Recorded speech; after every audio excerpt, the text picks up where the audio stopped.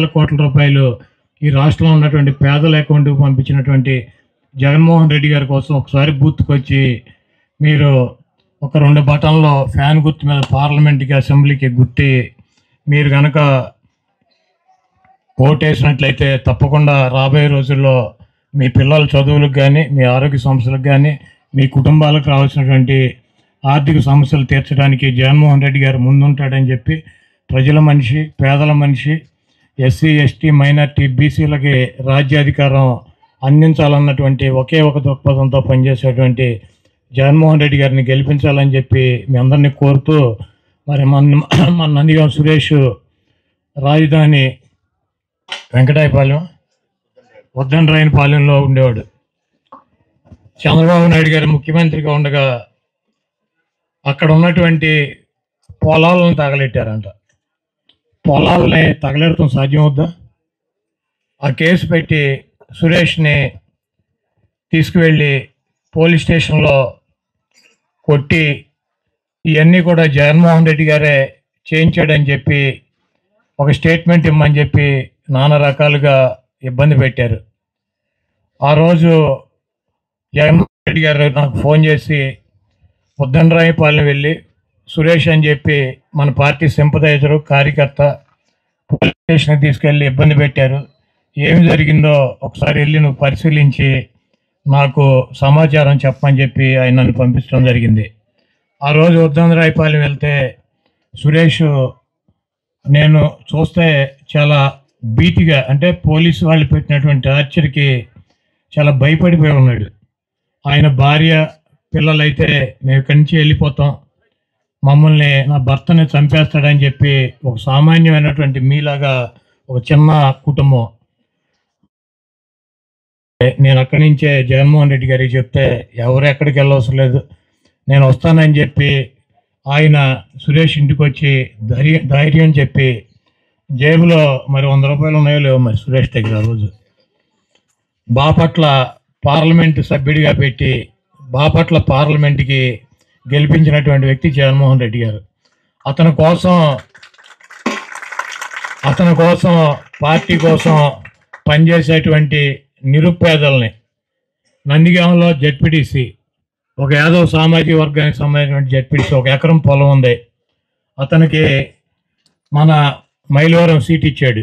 BC వర్గాలకు సంబంధించినటువంటి వ్యక్తికి ఒక సర్పంచ్కి, ఒక ఇందిరమ్మ ఇంట్లో ఉండేటువంటి ఒక సర్పంచ్కి ఒక ఎమ్మెల్యే సీట్ ఇచ్చాడు, ఒక జెడ్పీటీసీ, ఒక ఎంపీటీసీకి, నిరుపేదకి పార్లమెంట్ అసెంబ్లీ సీట్లకి తీసుకెళ్ళి ఇచ్చి గెలిపించుకొని వాళ్ళ తీసుకువెళ్ళి రాజ్యసభలకు పంపించి పార్లమెంటుకు సంబంధించి పేదవాడైనా నీతిగా నిజాయితీగా పార్టీ కోసం ప్రజల కోసం పనిచేసేటువంటి వ్యక్తుల్ని చంద్రబాబు నాయుడులాగా కాకుండా జగన్మోహన్ రెడ్డి గారు పార్లమెంట్కి అసెంబ్లీకి పంపించి అత్యున్నతమైన స్థానంలో కూర్చోటువంటి వ్యక్తి జగన్మోహన్ రెడ్డి గారు. చంద్రబాబు నాయుడు గారిని చూసుకోండి, గుడివాడలో సీటు 200 కోట్ల రూపాయలకి అమ్మేశాడు. వాడెవడో ఎన్ఆర్ఐ, గుడివాడకు సంబంధం లేదు, వాడు వెళ్ళిపోయేప్పుడు 30 ఏళ్ళు 35 ఏళ్ళు అయింది. వాడిని తీసుకొచ్చి 200 కోట్ల రూపాయలకి 50 కోట్ల రూపాయల ఫండ్ 150 కోట్ల రూపాయలు ఇక్కడ ఖర్చు పెడతానంటే అమ్మేసినటువంటి పరిస్థితి. ఈరోజు చంద్రబాబు నాయుడు గారు డబ్బులు ఇచ్చే వాళ్ళకి రాజ్యసభలో పంపిస్తాడు, డబ్బులు ఇచ్చే వాళ్ళకి అసెంబ్లీకి పంపిస్తాడు, డబ్బులు ఖర్చు పెట్టే వాళ్ళకి పార్లమెంటుకి పంపిస్తాడు. సురేష్ లాంటి నిరుపేదల్ని, చిన్న కుటుంబాల్లో పుట్టినటువంటి వ్యక్తుల్ని పార్లమెంట్కి అసెంబ్లీకి మంత్రులుగా ఆయన క్యాబినెట్లోకి తీసుకుంటున్నటువంటి వ్యక్తి జగన్మోహన్ రెడ్డి గారు. దీంట్లో చెప్పేటువంటి ఉద్దేశం పేదల పక్షాన, ఎస్సీల పక్షాన, బీసీల పక్షాన, ఎస్టీల పక్షాన, మైనార్టీల పక్షాన, నిరుపేదల పక్షాన జగన్మోహన్ రెడ్డి ఉంటే డబ్బు ఉన్నటువంటి కోటీశ్వరులను తెచ్చుకొని ఈరోజు ఈ చిరుచింతల గ్రామంలో డాక్టర్ బాబు జగజ్జీవన్ రావు విగ్రహాన్ని ఆవిష్కరించుకున్నాం. ఆయన ఇది ప్రధానిగా బలహీన వర్గాలు, బడుగు వర్గాల ఆశాజ్యోతిగా డాక్టర్ బిఆర్ అంబేద్కర్ గారికి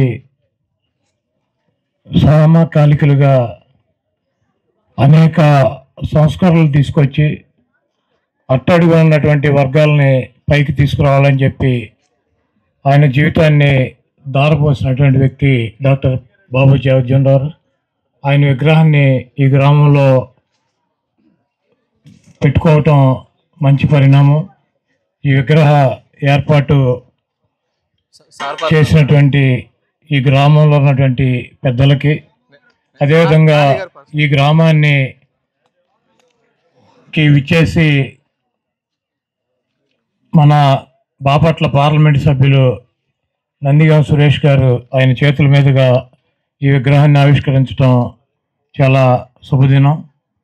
ఈ విగ్రహ కార్యక్రమానికి విచ్చేసినటువంటి సురేష్ గారికి, ఇక్కడ విచ్చేసినటువంటి గ్రామ పెద్దలకి, మహిళా తల్లులకి అందరికీ ముందుగా నా హృదయపూర్వక నమస్కారాలు. ఈరోజు ఇంకొక 40 రోజుల్లో ఈ రాష్ట్రంలో ఎన్నికలు పూర్తవుతున్నాయి. జగన్మోహన్ రెడ్డి గారు 5 సంవత్సరాలు ముఖ్యమంత్రిగా పిల్లల చదువులు కానించి, పేద ప్రజల ఆరోగ్య సమస్యలు కానించి, పేద ప్రజలకి ఇళ్ళు స్థలాలు ఇచ్చి ఇళ్ళు నిర్మించేటువంటి కార్యక్రమం, అదేవిధంగా అనేక సంక్షేమ కార్యక్రమాల ద్వారా ఇచ్చినటువంటి మాటను నిలబెట్టుకుని అనేక సంక్షేమ కార్యక్రమాలని పేద ప్రజలకి ఆర్థిక సహాయం చేసినటువంటి వ్యక్తి.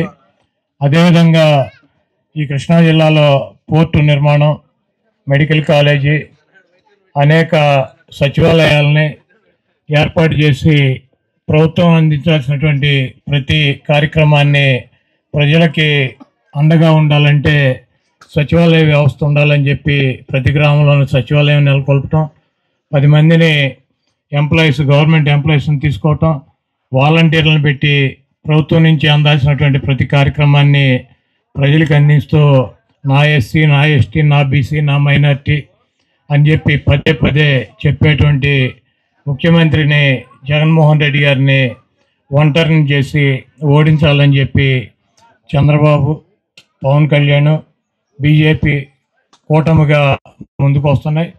ఈరోజు మనం గమనించినట్లయితే చంద్రబాబు గత 14 సంవత్సరాలు ముఖ్యమంత్రిగా పనిచేసి అనేక వాగ్దానాలు చేసి ఏ వాగ్దాన్ని నెరవేర్చకుండా మరి ప్రజలను గాలికి వదిలేసినటువంటి వ్యక్తి చంద్రబాబు నాయుడు. మళ్ళీ ఇప్పుడు నేను అధికారంలోకి తీసుకొస్తే మీకు గ్యాస్ బండ్లు ఉచితంగా ఇస్తా, మీ మహిళలకి ఊరికినే డబ్బులు ఇస్తా, ఇవన్నీ మళ్ళీ చెప్తున్నాడు. మీరు గతంలో చూశారు, నిరుద్యోగ భృతి 3000 ఇస్తానని చెప్పాడు, 14లో ఇవ్వల. ఇంటింటికి ఉద్యోగం ఇస్తానని చెప్పాడు, ఇవ్వల. అదేవిధంగా డ్వాక్రా మహిళలకు రుణాలు మాఫీ చేస్తానని చెప్పాడు, చేయలా. రైతులకు ఉన్నటువంటి రుణాలన్నీ కూడా మాఫీ చేస్తానని చెప్పాడు, చేయలా. 3 సెంటు స్థలం ఇచ్చి ఇల్లు నిర్మాణం చేసి ఇచ్చేటువంటి బాధ్యత నాదని చెప్పాడు. ఎవరికి సెంటు స్థలం కూడా ఇచ్చినటువంటి దాఖలాలు లేవు. కాబట్టి అధికారమే పరమావధిగా అర్థమైన పార్టీలని కలుపుకుని అబద్ధ వాగ్దానాలు చేస్తూ మరి మన ముందుకు వస్తున్నాడు. తప్పకుండా ఈ మతత్వ పార్టీలని, ఈ కులతత్వ పార్టీలని, ఈ ధనిక పార్టీలని, ధనికుల కోసం పనిచేసేటువంటి ఈ కూటమిని ఓడించాలని చెప్పి, జగన్మోహన్ రెడ్డి గారిని గెలిపించాలని చెప్పి 125 సార్లు బటన్ నొక్కి 2,50,000